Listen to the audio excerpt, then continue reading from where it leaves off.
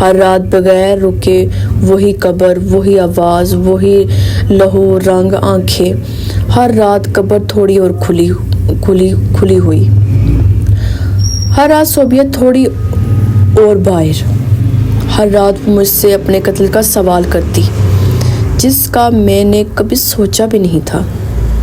میری حالت خراب ہونے لگی، میں سو نہیں پاتا، آفس جانے کی ہمت نہیں ہوتی، کھانا حلق سے نہیں اترتا۔ پڑوسی نے پوچھا کہ کیا ہوا ہے، مگر میں بتانے سے ڈرتا رہا۔ اس رات صوبیہ قبر سے پوری طرح باہر نکل آئی تھی، مٹی میں بالکل بھری ہوئی، سفید لباس پھٹا ہوا، بال کھلے ہوئے، چہرہ آدھا سڑا ہوا۔ وہ میری طرف آ رہی تھی اور مجھے قدموں کی آواز تک سنائی دے رہی تھی، جیسے خشک پتوں پر کوئی چل رہا ہو۔ اس نے میرا ہاتھ پکڑا، اس کا ہاتھ برف سے بھی زیادہ ٹھنڈا تھا۔ شہریار سچ بتاؤ، میری موت کیسے ہوئی؟ میں رو پڑا۔ صوبیہ، میں نے کچھ نہیں کیا۔ وہ زور سے چیخی، جھوٹ۔ پھر اچانک میرے بستر کے قریب کھڑکی زور سے بجی اور میں اٹھ کر بیٹھ گیا، مگر اس بار ایک نئی چیز نظر آئی۔ میرا ہاتھ مٹی سے بھرا ہوا تھا۔ میں قبرستان گیا۔ اب میں ڈر کر تھک گیا تھا۔ میں نے فیصلہ کیا کہ میں قبرستان جا کر دیکھوں کہ وہاں کیا ہو رہا ہے۔ رات کے وقت جانا بے وقوفی ہوتی، مگر مجھے لگ رہا تھا شاید صوبیہ کچھ کہنا چاہتی ہے۔ میں ایک ٹارچ لے کر قبرستان پہنچا۔ صوبیہ کی قبر پر پہنچا تو میں حیران ہو گیا۔ قبر واقعی کھلی ہوئی تھی، بالکل ویسی جیسے میرے خواب میں، مگر مزید ڈراؤنی بات یہ تھی کہ قبر کے کناروں پر میری انگلیوں کے نشانات تھے، جیسے میں خود وہاں مٹی کھود کر آیا ہوں۔ میں پیچھے ہٹ گیا، میرا دماغ گھومنے لگا۔ کہیں میں نیند میں، کیا میں چل کر قبرستان آتا رہا ہوں؟ کیا صوبیہ مجھے بلا رہی ہے؟ کیا وہ واقعی قبر میں نہیں ہے؟ میں نے قبر کے اندر ٹارچ ڈالی، وہ خالی تھی، صوبیہ کا جسم وہاں نہیں تھا۔ اس کی آواز حقیقی دنیا میں۔ قبر کے پیچھے سے آواز آئی، شہریار۔ میں کانپ گیا، یہ خواب نہیں تھا، یہ حقیقت تھی۔ میں بھاگنے لگا، مگر آوازیں میرے پیچھے آئیں، کبھی دائیں سے، کبھی بائیں سے، کبھی قریب سے، کبھی دور سے۔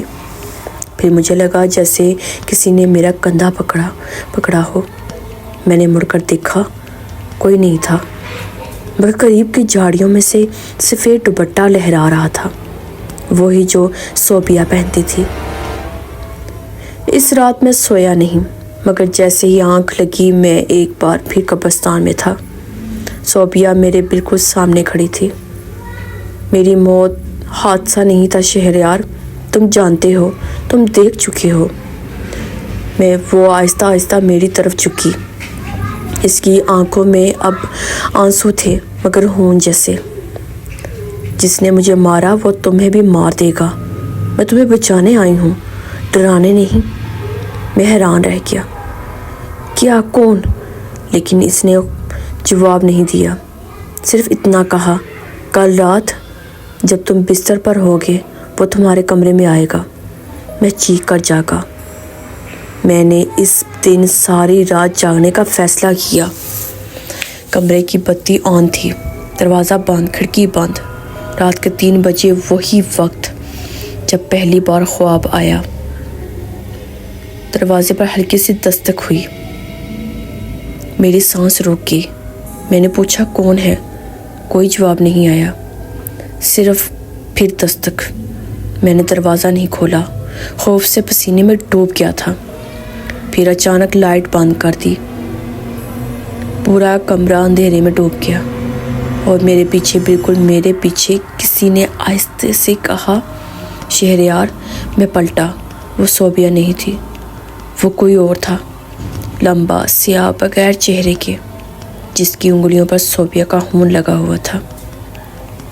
وہ میری طرف بڑھا اور اس کی انگلیاں میرے گلے تک پہنچنے ہی والی تھی کہ اچانک صوبیہ نمودار ہوئی اور اس سائے کو دور دھکیل دیا۔